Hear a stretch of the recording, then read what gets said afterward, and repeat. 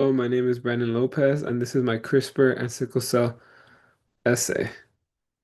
So, for my intro, have you ever thought about what it would be like if doctors could actually fix something like a disease by just editing your DNA? Yeah, it might sound fake, but it's actually something that scientists have been able to do with this new CRISPR thing coming around that just got implemented in the 2023. It is known as the first real gene editing cure. It is really crazy because it's like some new technology that they could actually go in and change some of your DNA genetics in order to fix some of these diseases. So in this video, I will cover what the sickle cell disease is specifically that it helps with, how it does it, how this CRISPR works, and how it helps people, and my thoughts on this technology overall, and whether I think it's a good idea or a bad idea. So to begin with, sickle cell disease, it's a generic blood disorder, which means that you are born with it. So there's nothing that you could do if you could like to prevent it. You're just born with it. It's just really unlucky. And normally, blood cells are supposed to be round and flexible, and they can move easily through your blood vessels, and they could easily also carry oxygen around your body. But what the sickle cell disease does is it turns these red blood cells into shapes like some crescents, which is here seen on the right. It looks more like a little curve rather than a circle. So it has also become stiff and sticky, and due to this, it can block blood flow and it causes extreme pain. It could cause organ damage, fatigue, higher risk of infections, and overall, it will cause a shorter life expectancy. And it's something very big and dramatic that has been going around. And there's a reason why when personally me for like athletes, they ask for sickle cell tests when I need to go like play for a new season. It's because it's something very serious, and I think it's great that this CRISPR thing can come and hopefully help with this. About 100,000 people in the U.S. live with this. And this is information coming from the Centers for Disease Control and Prevention. And like I said, it's caused by a tiny mutation in hemoglobin, which is a protein that carries oxygen. So for CRISPR, what is CRISPR? CRISPR is a gene editing tool, and it kind of acts like a molecular level scissors. So it's like really small scissors. There are scientists like Jennifer Doudna who helped develop it by studying how bacteria defend themselves from viruses. Um, and they use that to study it and actually create CRISPR. So how it works is scientists create a guide and it matches a specific DNA sequence.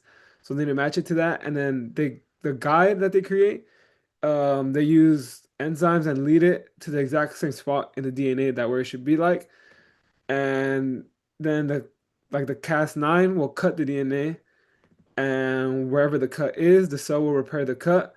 And during this process is where scientists can turn off a gene or replace a gene.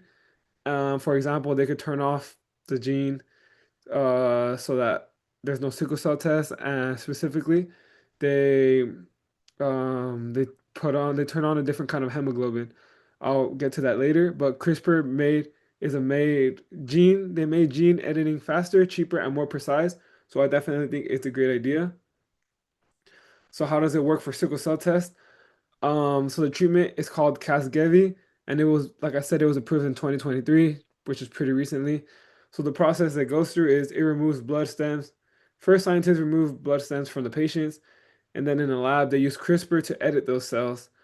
Like I said in the process before, they go in, cut it, and then they actually, what they do is they turn on, like I said, this fatal hemoglobin, which is a different kind of hemoglobin, and it does not sickle, so there's no way for sickle cell tests to come up. And they also then they put the edited cells back into the patient's body with that fatal hemoglobin. And after this, most patients treated, they stopped having severe pain crisis for at least 1 year, which is a long time. And like it could be like a lot of pain relief for these patients. So it is bigger than just a sickle cell test. So yes, it only works for sickle cell tests at the moment. That's what they've been doing it for. But scientists are studying it for cancer, muscular dystrophy, and some sort of blindness and HIV. So this could be a really great invention and idea if it could even get to that. But even then, just being able to cure sickle cell disease is really big, but even more if it could even do more things with it like this. So my thoughts on this. So I couldn't imagine living with such constant pain, but then like suddenly having a relief when doctors edit your DNA, like it just feels like a superpower. Like, of course, like do it. But also, I feel like it can really be dangerous because it does change natural things in your body. For example, it goes in and actually changes your DNA, or like it turns on some hemoglobins that are you're supposed to have. And I don't know, like I said, some questions I have are, like, is there any side effects from this? Is there any side effects from actually mutating the people's DNA and their natural DNA? And also, how affordable is it? Will the population, the normal population, be able to have this procedure, or only the rich? And like, will the poor be able to have it? Is it only like a high class thing that people can have? So I feel like that's something that should really be known. But I think it should be used to treat serious diseases like sickle cell test. And overall, I think it is a really, really, really good thing. And it should definitely keep going, and hopefully it could get better and move on to other things as well. So in conclusion, sickle cell disease is caused by a tiny genetic mutation, but CRISPR is has allowed scientists to edit the DNA, and it is now approved and is already helping patients. So it is just the beginning. Like I said, I think it should keep going and hopefully move on to other sicknesses as well. That is my presentation. Thank you.